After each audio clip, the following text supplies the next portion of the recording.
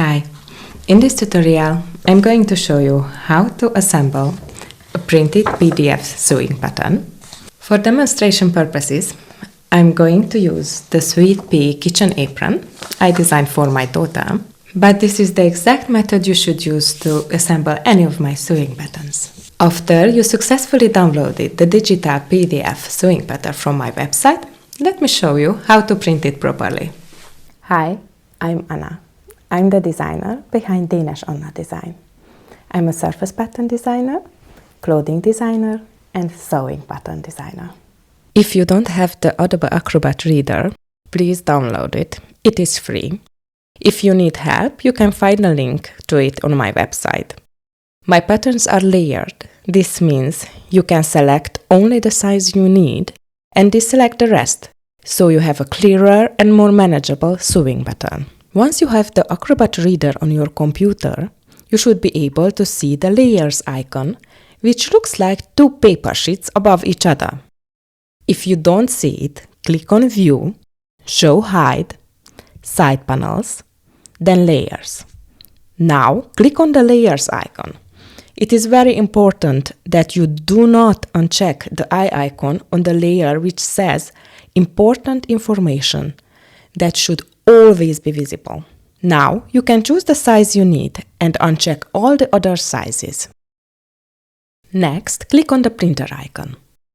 I would suggest to only print the first page until you are confident that you can set your printer correctly. Now here are the checklists you should do before printing. If you only want to print the first page, select Pages, then write 1. Select Custom Scale and set it to 100%.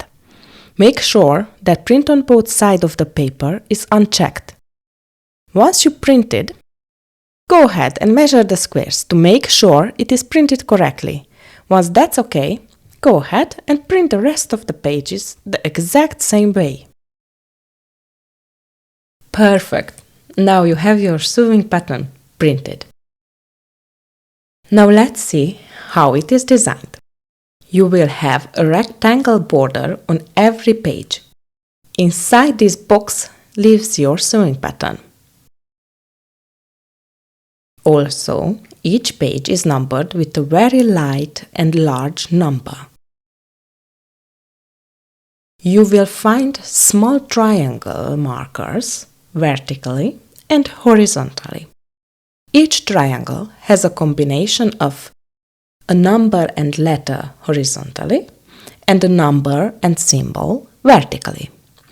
For example, here, horizontally, number 2 and the letter A goes together. Vertically, the number 1 and this rhombus symbol goes together.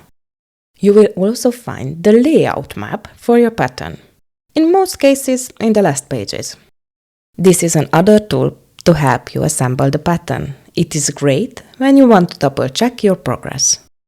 Let me show you the way I like to assemble my pattern. You will need a clear scotch tape. You can use a paper scissor or a rotary cutter for paper and a self-healing cutting mat. Let's start with laying the papers on a large flat surface, following the layout map and the triangle markers on each sheet. In my case, there are 3 paper sheets in one row. Maybe you have more. Make sure to reference your pattern layout map. Let's assemble the first row. You only need to trim or fold both vertical edges on every second sheet. Starting with the second sheet, either trim them using a scissor or a rotary cutter on a cutting mat. But you can also just simply fold along the borderline. Once you cut or fold it down both sides, overlap the second sheet on top of the first sheet. Align the triangles into a diamond shape and also pay attention that the border lines are aligned as well. If you are happy with it, it is helpful to put some weight on so it won't move. Then it's time to tape it down. Once it is secured, you can move on to the other side. Layer it on top of sheet number 3. Match up the triangles and borders on this side too. If it is perfect, tape it down. Now the first row is ready. Let's move on to the next row and repeat the same exact step we did with the first row.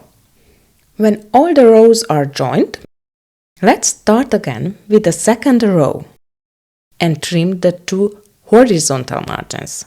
Overlap it with the first and the third row, matching the border lines and the triangles to form the diamond shapes. Secure it with clear tape. And repeat this process for every other row until the pattern is fully assembled. Now it's time to cut out each individual pattern piece. You will find dotted lines and continuous lines. My patterns have seam allowance included, so make sure you don't cut it off. Otherwise, you will have to add it later. So make sure to cut along the dotted lines. Yay! Now your pattern is ready for endless projects. Don't forget to sew a sample first to make sure the fit is just right for you. You are welcome to join my sew along video of your chosen pattern. Thanks for watching! If you like my content, you can support me for free by subscribing and engaging with my videos.